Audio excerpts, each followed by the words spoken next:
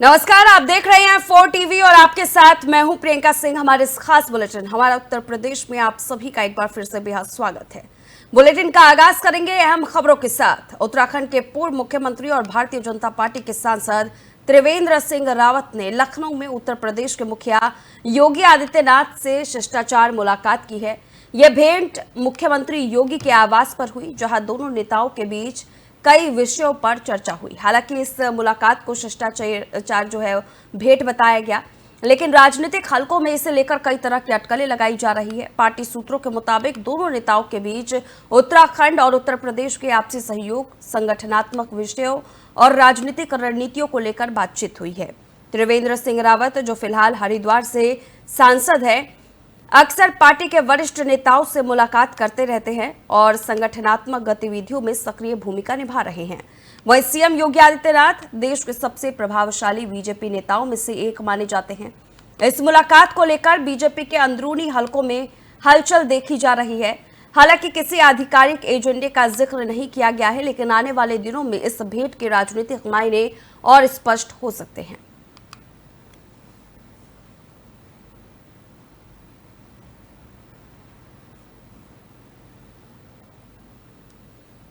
तो रुक करेंगे अगली अहम खबर की ओर। लखीमपुर खीरी में स्वास्थ्य विभाग की लापरवाही अब भारी पड़ने लगी है। मुख्यमंत्री पोर्टल पर लगातार मिल रही शिकायतों का संज्ञान न लेने और निस्तारण न करने पर जिला अधिकारी दुर्गा शक्ति नागपाल ने मुख्य चिकित्सा अधिकारी सीएमओ पर सख्त कदम उठाते हुए उनका वेतन रोकने के साथ ही कारण बताओ नोटिस जारी किया है। दरअसल लखीमपुर खीरी जिले की सीएम पोर्टल रैंकिंग पहले टॉप 10 में थी, लेकिन अधिकारियों की लापरवाही के चलते अब ये 25 से 26वीं रैंक पर पहुंच गई है। इससे शासन स्तर तक नाराजगी जताई गई है और सरकार की छवि को नुकसान पहुंचा है। स्वास्थ्य सेवाओं की बदहाली और जिले में अवैध रूप से चल रहे अस्पतालों की अनदेखी भी इस गिरावट की बड़ी वजह बताई जा रही है। राजधानी लखनऊ तक जिले की फजीहत हुई है, जिसके बाद अब जवाबदेही तय करने की तैयारी है। सूत्रों के मुताबिक मुख्य चिकित्सा अधिकारी पर आगे बड़ी कार्रवाई भी हो सकती है। जिलाधिकारी की इस सख्ती के स्वास्थ्य विभाग में हड़कंप मचा हुआ है।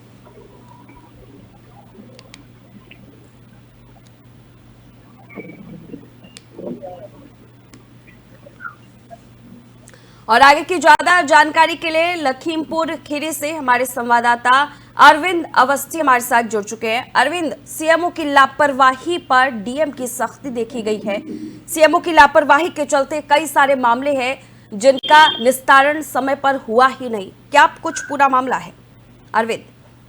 बिल्कुल प्रियंका, बताना चाहूंगा कि जिस तरीके से लखीमपुर खीरी की स्वास्थ्य सेवाएं लगातार बद से बदतर होती जा रही, जिसको लेकर के ग्रामीण क्षेत्रों में स्वास्थ्य व्यवस्थाएं नहीं ठीक होने के कारण ग्रामीण क्षेत्र के लोग हैं वो जब उनको सीएमओ ऑफिस के चक्कर काटने के बाद उनको न्याय नहीं मिलता, तो सीधे उत्तर प्रदेश के मुख्यमंत्री है वो साफ तौर पर उन्होंने अपना सीएम बोर्ड बना रखा है, जिससे अपनी ग्रामीण क्षेत्र के जो लोग हैं उससे शिकायत कर सकें। जिससे निस्तारण के लिए मुख्यमंत्री लगातार मीटिंग करते हैं अधिकारियों के साथ। समीक्षा मीटिंग करने के बाद लगातार शिकायतों का निस्तारण किया जाए। जो भी फरियादी हो उसकी फरियाद उनको तत्काल उसका निस्तारण किया जाए। लेकिन अगर बात की जाए यहाँ के जो मुख्य चिकित्सा अधिकारी हैं उनके पे लगातार सवाल खड़े हो रहे हैं, क्योंकि यहाँ की जनप्रतिनिधि से लगा के जनता तक लगातार उनके पे प्रत्यारोप लगा रही है। और जो सीएम हेल्पलाइन पे जो लोग शिकायत करते थे उसको भी निस्तारण करने में जो मिलावाली करते थे, जिसको लेकर के 88वें नंबर पे जो रैंक थी जिले की, उसमें अब 2 नंबर पे 10वें नंबर पर रैंक आ गई है। तो बिल्कुल नीचे आने के कारण मुख्यमंत्री जिन्हें इस पर सख्त कार्रवाई की और दोनों डीएम को आदेश दिया और डीएम ने यहाँ पे मुख्य चिकित्सा अधिकारी का वेतन रोका और कड़ी फटकार लगाते हुए स्पष्टीकरण मांगा है कि इस तरीके की लापरवाही रोकी गई है। जी शुक्रिया अरविंद, हमारे साथ जुड़ने के लिए और तमाम जानकारी साझा करने के लिए।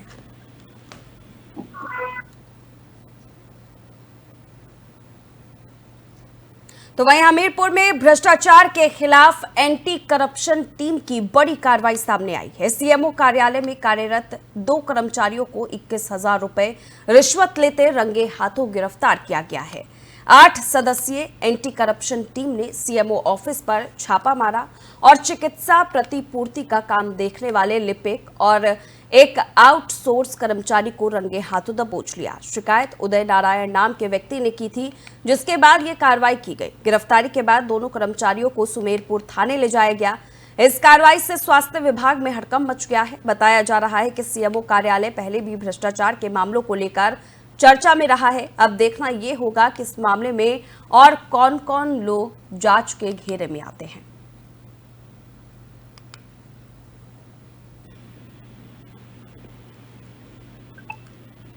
जी मैम। और आगे की ज्यादा जानकारी के लिए हमीरपुर से सर्वेश कुमार हमारे संवाददाता जुड़ चुके हैं। सर्वेश, स्वास्थ्य विभाग में बड़े भ्रष्टाचार के मामले सामने निकलते रहे हैं और हमीरपुर से भी ये मामला सामने निकल के आया है। प्रशासन की ओर से क्या बड़ी कार्रवाई की गई है?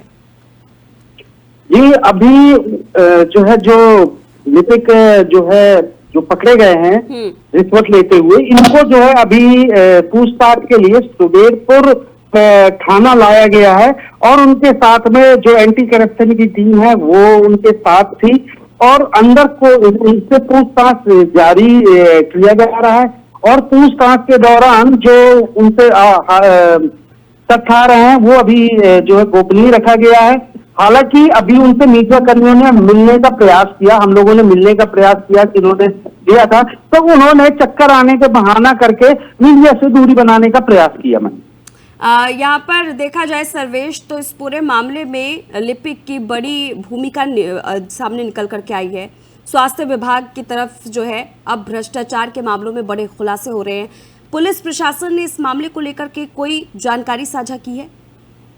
अगर देखा जाए तो पुलिस प्रशासन तो जब कोई मामला सामने आता है तभी कहीं ना कहीं जो है उनको सजा दिलाने में या कहीं ना कहीं प्रशासनिक दबाव बनाने में ये उसमें सहायक होती है। लेकिन अगर देखा जाए तो ये पहले से कोई ऐसा चीजें वो सेट नहीं करती है जिससे इस तरह की गतिविधियों में या किसी के अन्य गतिविधियों में वो पहले से ही इन्वॉल्व होकर के किसी चीज का खुलासा करे। ये तो घटना होने के बाद खुलासा करते हैं, या तो ऐसी सारी चीजें हो जाती है जिसमें कोई कैसे किसी के यहाँ चोरी हो गई, किसी के यहाँ डकैती हो गई, कोई वारदात हो गई, तो उसके बाद वो खुलासा करती है। इतना जो है नहीं हो पाता है कि कोई भी घटना होने के पहले वहां पे पुलिस कहीं ना कहीं अपने सूत्रों के हवाले से या कुछ ऐसे भी चीजें होती है तो उन चीजों को खुलासा कर पाए। हालांकि पुलिस प्रशासन और एंटी करप्शन की टीम और खुद स्वास्थ्य विभाग की जो सीनियर सुपर जो अधिकारी हैं वो सारे इस पे लगे हुए हैं और कहीं ना कहीं जो भ्रष्टाचार का बोलबाला इस विभाग में रहा है, कहीं ना कहीं इस पर अंकुश भी लगेगा। ठीक है, बेहद शुक्रिया सर्वेश हमारे साथ जुड़ने के लिए और तमाम जानकारी साझा करने के लिए।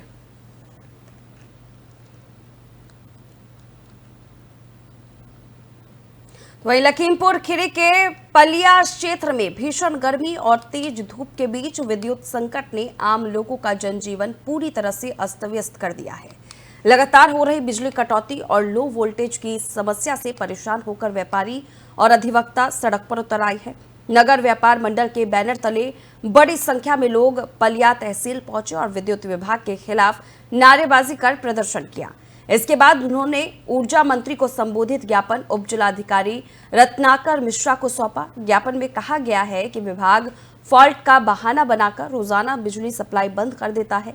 कई ट्रांसफार्मर पुराने और खराब हालत में हैं, जिन्हें बदला जाना जरूरी है। इसके साथ ही ट्रॉली ट्रांसफार्मर की भी मांग की गई है। व्यापारियों ने यह भी आरोप लगाया है कि पलिया को ग्रामीण क्षेत्र घोषित करने के बावजूद यहां शहरी दरों में बिल वसूली का काम चल रहा है। ठेके पर काम कर रहे एजेंट मनमाने ढंग से बिल में लोड बढ़ाकर भारी वसूली कर रहे हैं। व्यापार मंडल ने समस्या में तत्काल समाधान की मांग की है। माननीय मुख्यमंत्री महोदय को संबोधित श्रीमान उप जिलाधिकारी महोदय के माध्यम से प्रेषित किया जा रहा है।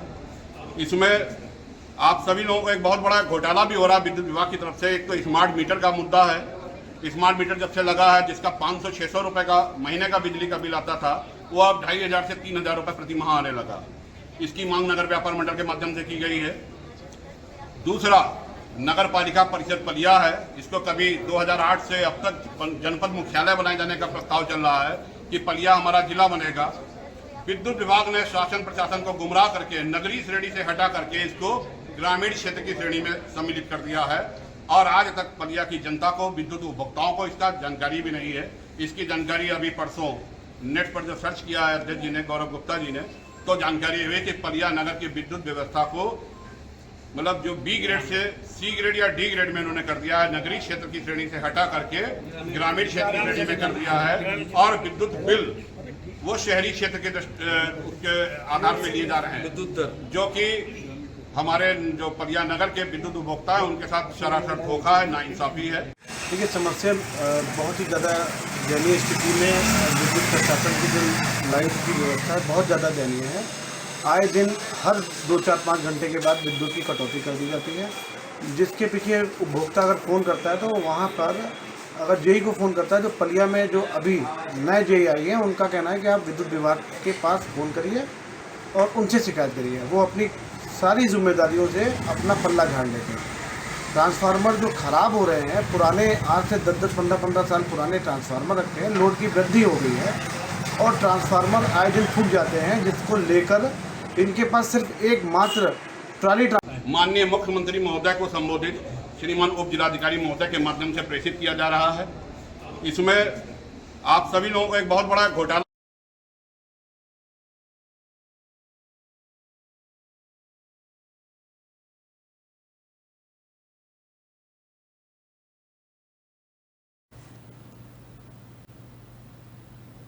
तो वही बरेली के सिविल लाइंस स्थित सर्किट हाउस, बिजली विभाग और रामपुर गार्डन की कॉलोनी में वर्षों से चल रहे अवैध कब्जों पर आखिरकार प्रशासन ने बड़ी कार्रवाई की है। लंबे समय से लोग यहां सरकारी कमरों पर कब्जा जमा कर रह रहे थे।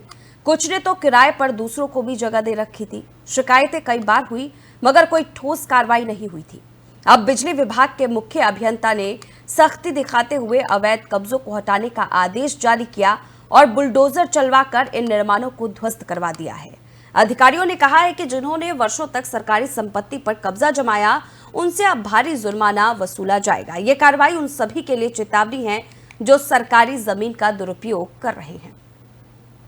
नहीं, हमारे यहाँ पर बरेली शहर के अंतर्गत एक रामपुर गार्डन में हमारी आवासीय कॉलोनी है और एक हमारे यहाँ सिविल लाइन में आवासीय कॉलोनी है।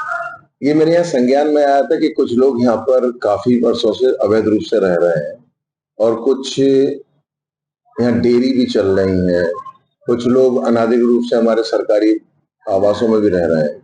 इस पे हमने उनसे वार्ता करी, उनको बताया कि भाई ये जगह आपकी नहीं, जगह हमारी है, इसको यहाँ तत्काल खाली कर दो, अन्यथा मैं कठोर कार्रवाई करूंगा। तो हमने एक सहयोग की अपील करी थी, तो उन्होंने मान लिया। वो आज की डेट में वहाँ पर सब जितने अवैध कब्जे थे वो सब खाली हो गए और वहाँ पर सैटरडे को मैं प्लांटेशन कराऊंगा, 250 पौधे लगवाऊंगा। तो वहीं चित्रकूट में बीते 24 घंटे में मूसलाधार बारिश और बाढ़ का कहर देखने को मिला है। तेज बारिश के कारण जिले की मंदाकिनी नदी, नाले, तालाब और रपटे उफान पर आ गए हैं। इन प्राकृतिक आपदाओं की चपेट में आकर 10 लोगों की जान चली गई है, जिनमें 9 मासूम बच्चे शामिल हैं। रायपुरा थाना क्षेत्र के अगरहुंडा गांव में भाई बहन तालाब में डूब गए, जबकि मारा चंद्र मजरा गढ़ी कला में 2 बच्चों को और एक व्यक्ति की जान भी जाती हुई देखी गई। मारकुंडी थाना क्षेत्र में कुसुममुही चेक डैम में 7 वर्षीय बच्चे प्रियांशी तेज बहाव में बह गई, जिसका शव अब तक नहीं मिला है। शिवरामपुर में 2 बच्चों की डूबकर, पहाड़ी क्षेत्र में दीवार गिरने से 2 बच्चों की और मानिकपुर के अतरौली में एक बुजुर्ग की कुएं में गिरकर मौत हो गई। बारिश और बाढ़ से 12 जुलाई में अगर देखा जाए तो 8 मौतें हो चुकी हैं। अब तक कुल 18 लोगों की जानें जा चुकी हैं। एसपी अरुण कुमार सिंह ने आम लोगों से अपील की है कि बच्चों को उफनती नदियों, तालाबों से दूर रखें ताकि ऐसी घटनाएं दोबारा ना हो। ख्यालत रहें। अब हम चले गए खेत बाड़ी में चले गए तो इन तालाब में नहाएंगे, तालाब में डूब के ख़त्म हो जाए। क्या नाम था बच्चों का? वांसु चाहत, भाई बहन क्या पता जी। तो कैसे पता चला फिर आप लोग को डूब गए? आदमी गांव लोग के सब लड़का गदियाल नहात रहें, जितना है भाग तो फिर हम रहें तो फिर पता चला, हमें पता नहीं खेत में, तो फिर भाग चले आए। तीसरी घटना इसी थाना क्षेत्र में एक और हुई थी। एक व्यक्ति, अतरौली गांव है, एक व्यक्ति उसका बकरा कुएं में गिर गया। बकरे को बचाने के लिए वो कुएं में खुद रस्सी लेकर के कूदा और रस्सी उसके हाथ से छूट गई। उसके बाद उसका 22 साल का बेटा पिता को बचाने के लिए कूदा। तत्काल इस सूचना पे गांव के लोग, पुलिस, सभी लोग पहुंच गए। फायर ब्रिगेड को भी बुलाया गया था, लेकिन फायर ब्रिगेड पहुंचती उससे पहले ही उसे निकाल लिया गया।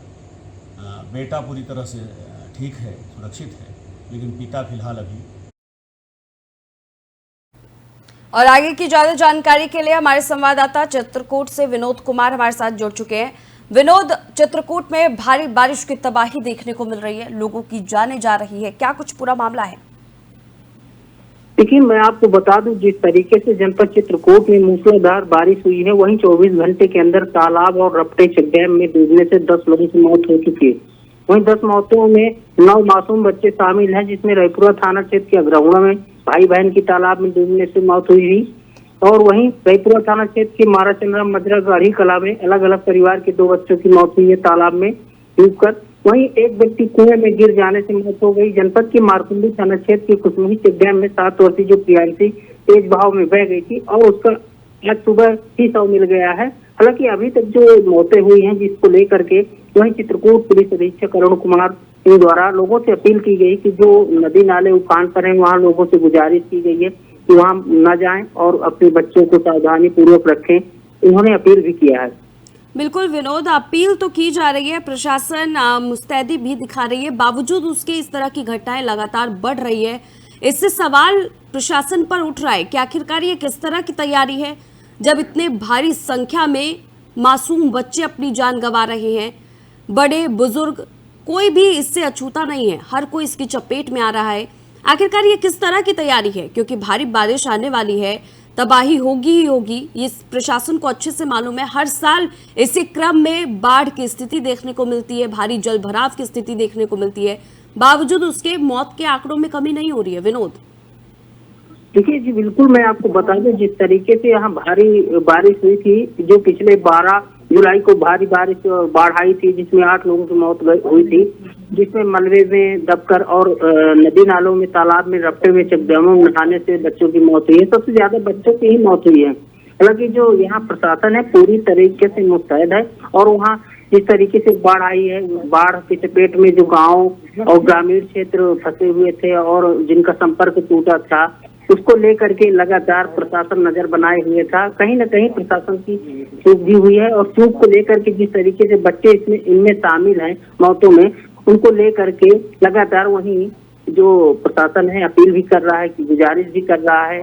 हालांकि हर जगह यह अपील के द्वारा उन्होंने गुजारिश की है कि अपने बच्चों को सतर्कता पूर्वक ध्यान दे करके कहीं जाने न दें। जिस तरीके से नदी नाले उफान पर रहे हैं और उनके द्वारा जो मिट्टी का बहाव हो गया, कटान हो गया है, उससे उनके द्वारा सबसे ज्यादा पैर फिसलने से ही बच्चों की मौतें हुई हैं। उनको लेकर के लगातार सतर्कता बरतने की अपील की जा रही है। विनोद, प्रशासन लगातार अपील कर रही है, लेकिन अपील के अतिरिक्त पुलिस प्रशासन की तरफ से या फिर अन्य सुरक्षा बलों की तरफ से कोई बड़ी जानकारी, कोई बड़ा बयान?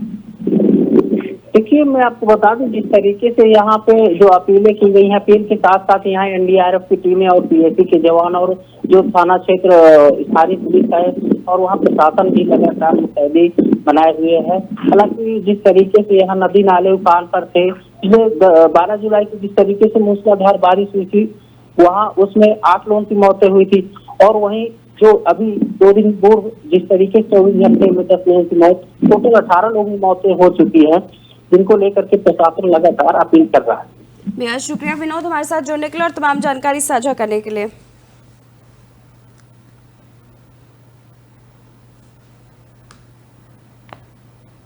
तो चलिए रुक करेंगे अगली अहम खबर की ओर। उत्तर प्रदेश के मथुरा जिले में यमुना एक्सप्रेसवे पर 2 भीषण सड़क हादसे हुए हैं, जिनमें कई लोगों की जान चली गई और दर्जनों घायल हैं। पहला हादसा माइलस्टोन संख्या 140 के पास हुआ, जहां एक इको कार अज्ञात वाहन से टकराकर पलट गई। इस दर्दनाक हादसे में 6 लोगों की मौके पर ही मौत हो गई, जबकि 2 गंभीर रूप से घायल बताए जा रहे हैं, जिन्हें अस्पताल में फिलहाल भर्ती करा दिया गया है।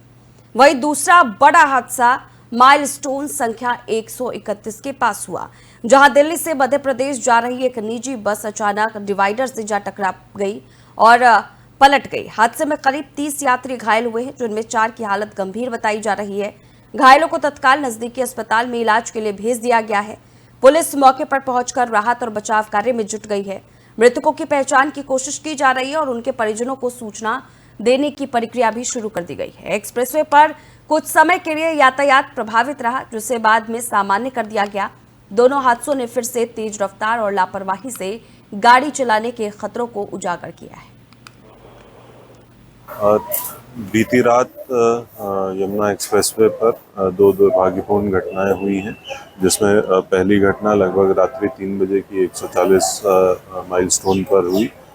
इसमें एक इको गाड़ी जो कि दिल्ली से आगरा जा रही थी, वो संभवतः ड्राइवर को नींद आने के कारण आगे चल रहे हैवी व्हीकल में जाकर टकरा गई, जिसमें कि मौके पर ही इको सवार 6 लोगों की मृत्यु हो गई और 2 लोग उसमें गंभीर रूप से घायल हैं, जिनको उपचार हेतु अस्पताल में भर्ती कराया गया। उनका बेहतर से बेहतर इलाज कराया जा रहा है। इसमें परिजनों से संपर्क स्थापित कर अग्रिम कार्रवाई सुनिश्चित की जा रही है।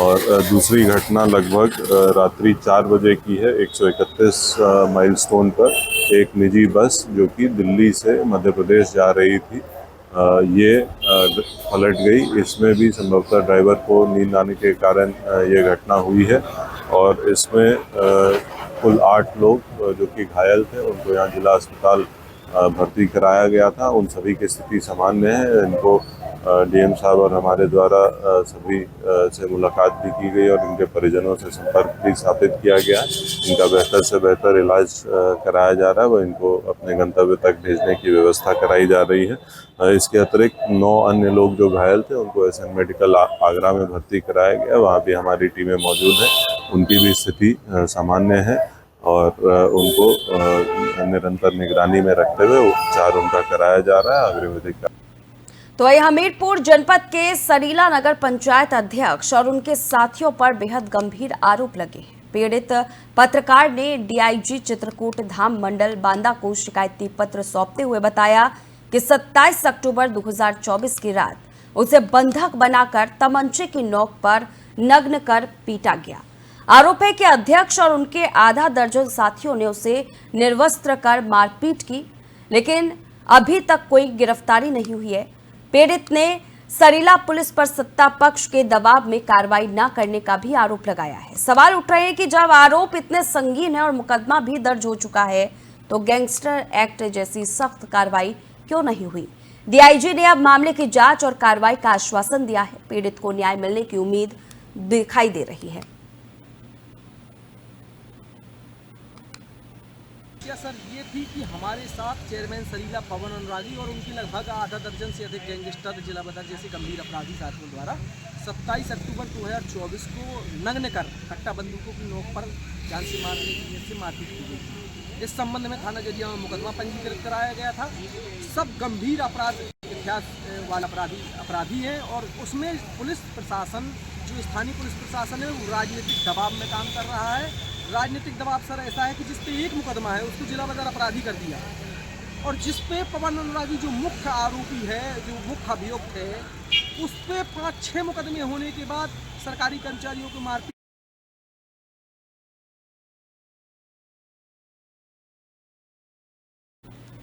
और आगे की जानकारी के लिए साकेत अवस्थी बांदा से हमारे साथ हमारे संवाददाता जुड़ चुके हैं। साकेत, इस पूरे मामले को लेकर के अब तक क्या कार्रवाई हुई है, क्या कोई अपडेट इस पूरे मामले को लेकर? जी प्रियंका, मैं बता दूं, ये मामला बांदा चित्रकूट धाम मंडल कार्यालय डीआईजी कार्यालय से सामने आया है, जहां पीड़ित व्यक्ति के द्वारा जिला डीआईजी बांदा को शिकायती पत्र देते हुए बताया गया है कि नगर पंचायत अध्यक्ष सरीला जनपद हमीरपुर के द्वारा उनको 27 अक्टूबर 2024 को अवैध तमंचे की नोक पर उनके अपराधी साथियों के साथ में बंधक बनाया गया था। और हैरानी की बात यह है, बंधक बनाने के बाद में आरोपियों ने नग्न करके निर्वस्त्र करके इनके साथ 3rd डिग्री जो है का प्रयोग किया था, मारपीट भी की थी। पीड़ित पत्रकार के द्वारा ये भी बताया गया है कल की संबंधित मामले को लेकर के पुलिस प्रशासन को शिकायती पत्र भी दिया गया है। हाईलाइट मामला होने की वजह से मुकदमा तो पंजीकृत कर लिया गया था, लेकिन अभी तक किसी की गिरफ्तारी नहीं की गई है। डीआईजी कार्यालय से पीड़ित अमित कुमार ने बताया कि संबंधित नगर पंचायत अध्यक्ष सरीला, जो कि इनके ऊपर गंभीर धाराओं में कई अभियोग मुकदमे पंजीकृत हैं, लेकिन इन पर गैंगस्टर एक्ट की कार्रवाई नहीं की गई है। उन्होंने तो यहाँ तक कह दिया कि सत्ता पक्ष के दबाव में कार्रवाई नहीं हो पा रही है और संबंधित मुकामी पुलिस इनके प्रभाव में आकर के कोई कार्रवाई नहीं कर रही है, जिससे इनके हौसले बुलंद हैं। फिलहाल पीड़ित ने इन पर कार्रवाई करने के लिए डीआईजी बांदा चित्रकूट धाम मंडल कार्यालय पहुंच करके फरियाद की है कि मेरे साथ न्याय किया जाए और उक्त आरोपियों के खिलाफ कानूनी कार्रवाई की जाएगी। ठीक है, बेहद शुक्रिया साकेत हमारे साथ जुड़ने के लिए और तमाम जानकारी साझा करने के लिए।